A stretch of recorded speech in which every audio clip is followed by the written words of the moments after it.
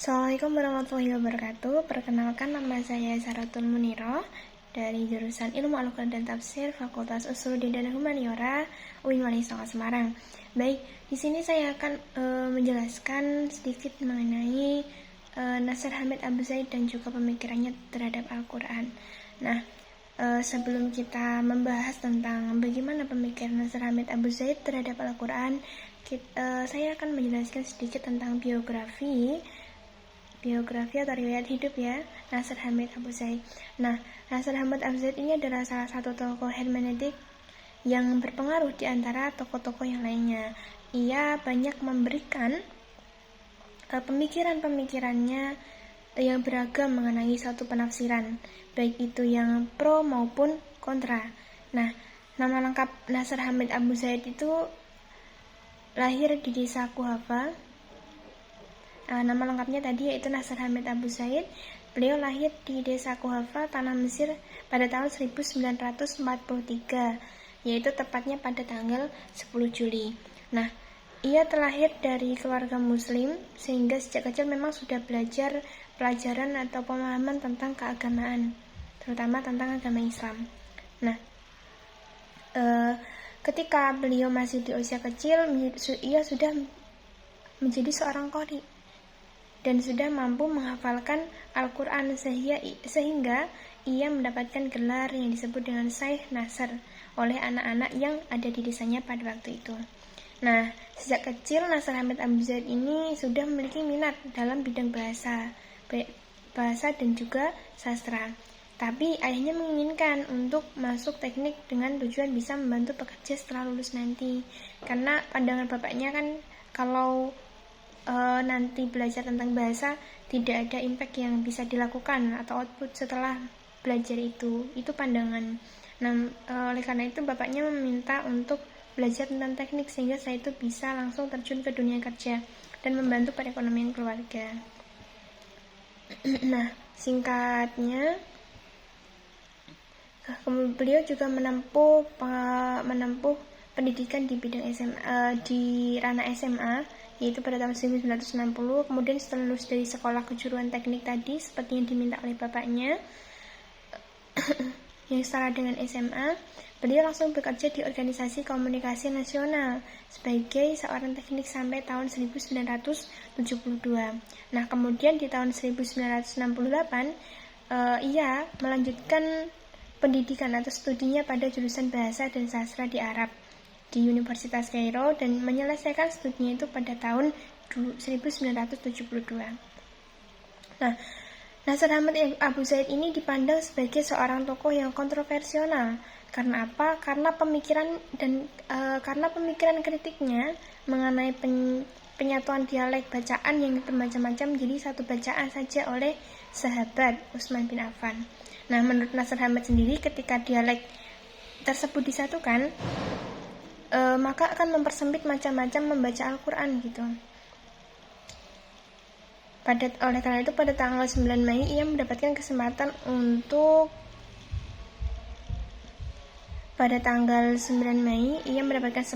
mengirimkan karya-karyanya yang ia hasilkan sebagai syarat pengajuan gelar profesor di Universitas Kairo, dan ia pun karena sebab ditolak sebagai profesor pada tahun 92 karena dianggap telah menyeleweng, karena pemikiran beliau dianggap menyeleweng dari ajaran Islam, sehingga beliau pun dijuluki murtad atau keluar dari Islam. Nah, dari beberapa karya yang dipaparkan ketika promosi gelar doktor untuk mencapai gelar profesor itu terdapat 2 orang yang mendukung promosi, akan tetapi karya yang ketiga dari karya Nasir Hamid Abu Zaid yang ketiga ini dibantah oleh Abdul Sobusahin yang merupakan seorang profesor linguistik Arab di Kairo dan juga sebagai seorang anggota komite yang jelas menuduh Nasir Hamid ia telah menghina iman Islam sehingga menolak promosi tersebut. Nah, beliau ini memang salah satu tokoh orientalis ya, salah satu tokoh pemikir Islam yang salah satu pemikiran beliau itu bahwa beliau berpendapat bahwa Al-Quran itu adalah produk budaya. Nah, sebelum itu karya-karya beliau itu ada banyak, di antaranya karya-karya dari Nasir Hamid Abu Zaid Itu diantaranya ada Al-Ittija Al-Aqli fi At-Tafsir, yang membahas tentang suatu problem metafor dalam penafsiran Mu'tazilah. Kemudian yang kedua ada Falsafah Al-Ta'wil, Nazariyat Ta'wil Al-Quran in Ibn Arabi, yang di dalamnya itu membahas tentang teori hermeneutik, diskursus kaum sufi atau filsafat yang terkhusus pada karya Ibnu Arabi. Kemudian yang ketiga pengantar semiotika, ilmu al-alamat. Kemudian yang keempat mafhum an-nas. Yang kelima ada iskhaliyat al-qiraah wa aliyat at-ta'wil. Yang keenam nakat al-khitab ad-din. Nah, buku ini menjelaskan merupakan suatu penilaian kritisnya tentang sosial budaya dan perkembangan religius politik. Nah, yang ketujuh yaitu al-mar'ah fi kitab al-azma. Yang kedelapan at-tafkir fi zaman at-tafkir. Nah, yang sembilan al-khilafah wa sultat al-ummah. Yang ke-10 An-Nas as-Sultah al-Haqiqah. Yang ke-11 Dawair al-Khawf Qiraati fi Kitab al-Mar'ah. Dan yang terakhir yaitu Al-Kitab al-Mar'ah. Itu beberapa di antara karya beliau, yaitu Nasr Ahmad Abu Zaid. Kemudian pemikiran beliau mengenai Al-Quran sebagai produk budaya. Nah, sebagaimana yang kita tahu bahwa Al-Quran ini diturunkan oleh Allah sebagai petunjuk dan juga hidayah bagi umat manusia dalam menjalankan kehidupan di muka bumi ini. Nah, mengingat bahwa Al-Quran itu kan turun dengan menggunakan bahasa Arab, kemudian turun di tengah-tengah bangsa Arab, sehingga tidak heran jika banyak ayat-ayat Al-Quran itu berbicara atau menjelaskan tentang kebiasaan-kebiasaan yang dilakukan oleh bangsa Arab pada waktu itu. Nah, dari situ kemudian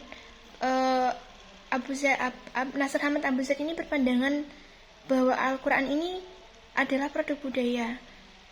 Terlebih karena memang banyak sekali budaya-budaya bangsa Arab yang diceritakan dalam Al-Quran. Beliau berpandangan bahwa sebelum turunnya Al-Quran itu sudah ada budaya, hingga kemudian Al-Quran ini merupakan bentuk wujud cerminan budaya bangsa Arab yang direkam oleh Nabi Muhammad menjadi sebuah ajaran, kemudian disampaikan kepada umat Nabi Muhammad sampai sekarang ini.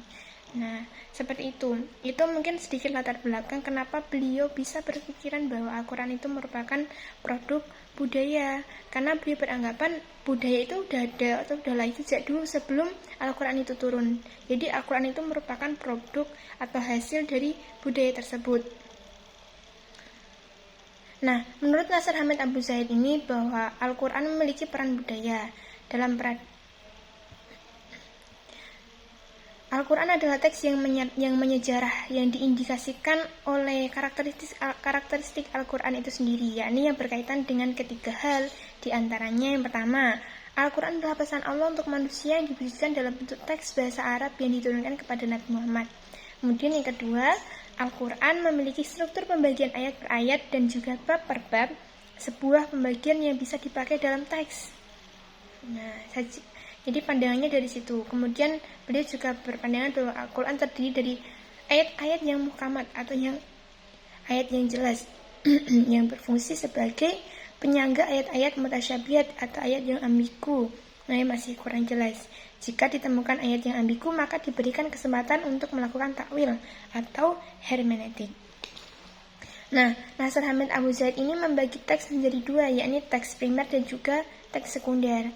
Teks primer itu adalah Al-Quran dan teks sekunder itu adalah sunnah Nabi yang berperan sebagai komentar tentang teks primer. Jadi Nasr Ahmad Abu Zaid ini hanya menganggap Al-Quran ini hanya sebagai teks saja. Nah, karena itu sunnah Nabi pun dianggap sebagai teks sekunder.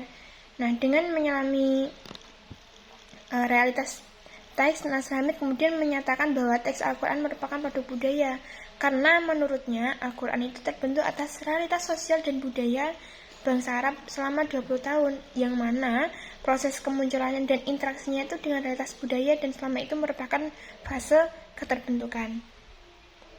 Nah, latar belakang atau pemahaman tersebut merupakan hasil dari pemikirannya di mana realitas adalah dasar.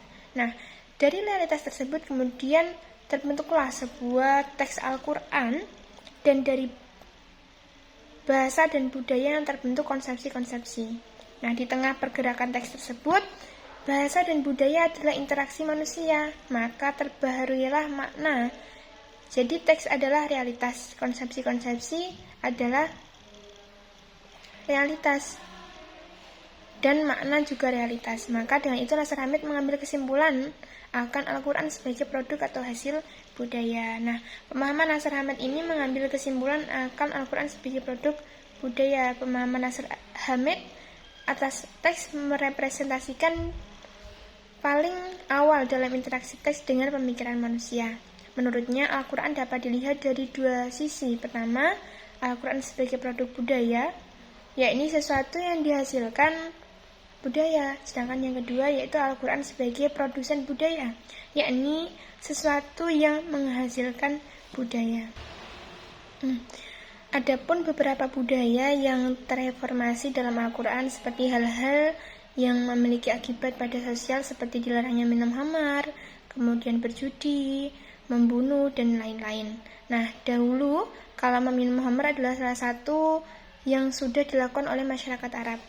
Kemudian Al-Quran merespon kebiasaan tersebut dengan menurunkan ayat-ayat yang mengharamkan meminum khamar. Nah, dalam Al-Quran tersebut tidak langsung disebutkan tentang keharaman atau bentuk mengharamkan khamar, akan tetapi disebutkan dengan pelarangan tersebut secara perlahan. Nah, dilakukannya reformasi dengan melarang hal-hal tersebut memiliki tujuan agar manusia atau agar umat itu meninggalkan kemudorotan dan menjadi maslahat bagi seluruh masyarakat. Seperti halnya minum khamar dan berjudi, tidak semua tradisi masyarakat Arab pada waktu itu ditolak oleh Al-Quran, akan tapi ada yang diterima dan juga ada yang dimodifikasi atau diperbaiki. Nah, dengan dapat dilihat bahwa sejak awal ajaran Islam dan budaya masyarakat memiliki hubungan satu sama lain. Nah, dalam argumentasi Nasr Hamid Abu Zaid terhadap hakikat Al-Quran sebagai kalamullah yang qat'i, yang pasti, nah menjadikan pemikirannya sebagai hal yang kontroversi atau bertolak belakang dan bisa menjadi sebuah kesalahpahaman. Oleh karena itu, diharuskan untuk menganalisis dengan kritis agar tidak terjadi kesalahan yang berujung pada keyakinan dan juga akidah terhadap Al-Quran dan konsep wahyunya. Nah, mungkin itu sedikit yang dapat saya sampaikan mengenai Nasr Hamid Abu Zaid dan juga pemikirannya terhadap Al-Quran yang menganggap bahwa Al-Quran sebagai produk budaya. Terima kasih, semoga bermanfaat. Kurang lebihnya mohon maaf. Wassalamualaikum warahmatullahi wabarakatuh.